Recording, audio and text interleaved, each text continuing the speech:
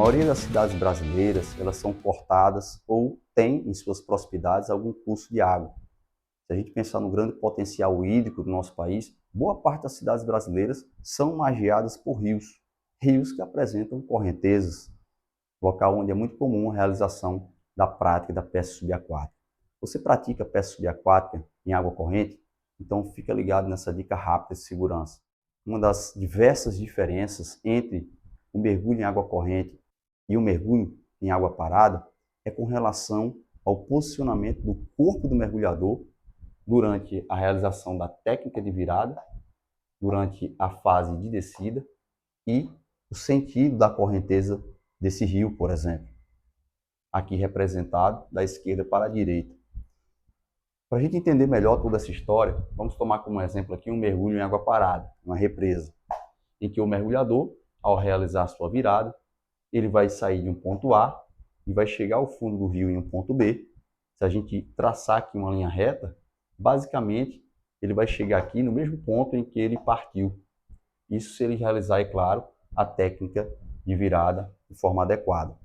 Por outro lado, se esse mesmo mergulhador realizar um mergulho em água corrente, durante a fase de descida, o corpo desse mergulhador vai ser deslocado para a frente pela força da correnteza e ele nunca vai chegar ao fundo do rio no mesmo ponto em que ele partiu. E qual o problema disso? O problema é que nesse meio tempo podem surgir estruturas como, por exemplo, pedras, que podem favorecer a colisão desse mergulhador, principalmente com a região da cabeça, que é a região mais próxima do fundo do rio, com essas estruturas, podendo gerar acidentes. A gente precisa lembrar que, assumindo esse posicionamento, com a parte anterior ventral do meu corpo voltada para a correnteza, o meu campo de visão ele é limitado. E muitas vezes isso acaba forçando muitos mergulhadores a realizar uma hiperextensão da cervical, o que não deve ser feito durante a fase de descida. Por quê? Vou dar alguns exemplos.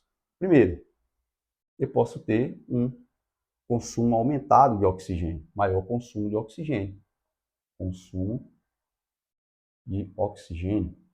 Uma vez que eu contraio músculos para adotar esse posicionamento, eu estou gastando energia e, consequentemente, depletando mais rapidamente os meus estoques de oxigênio, os pulmões, tecidos, sangue. Um outro ponto é com relação à minha hidrodinâmica. Eu tenho uma hidrodinâmica menor, hidrodinâmica prejudicada. Uma vez que eu hiperestendo a cervical, eu gero mais arrasto, e esse arrasto compromete o meu deslocamento e, consequentemente, reduz o meu desempenho. Um outro ponto é com relação, por exemplo, à minha equalização. Eu tenho prejuízos na minha equalização.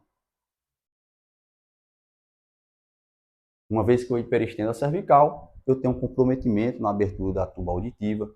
E principalmente se você já realiza a sua equalização sem as mãos, você já deve ter percebido que esse posicionamento dificulta a contração dos músculos que realizam essa equalização. E uma equalização inadequada vai gerar também, pode gerar, possivelmente,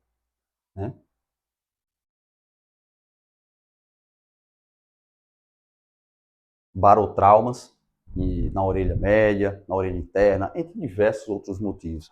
Então, posicionamento de hiperextensão durante a fase de descida deve ser evitado. E como é que a gente pode fazer, então, para melhorar esse campo de visão? A gente pode adotar estratégias, posicionar o nosso corpo durante o mergulho em água corrente, colocando a região lateral do meu corpo voltada para a correnteza. Assim eu consigo ter um campo de visão um pouco mais amplo das estruturas que vão aparecer na minha lateral e eu posso, por exemplo, utilizar o meu arbalete para me proteger dessas estruturas. Tudo isso pode melhorar, deixar o teu mergulho um pouco mais seguro. Beleza? Gostou dessa dica? Compartilha esse vídeo, curte, joga lá para teu amigo que pratica o mergulho em água corrente. E é isso aí. Valeu!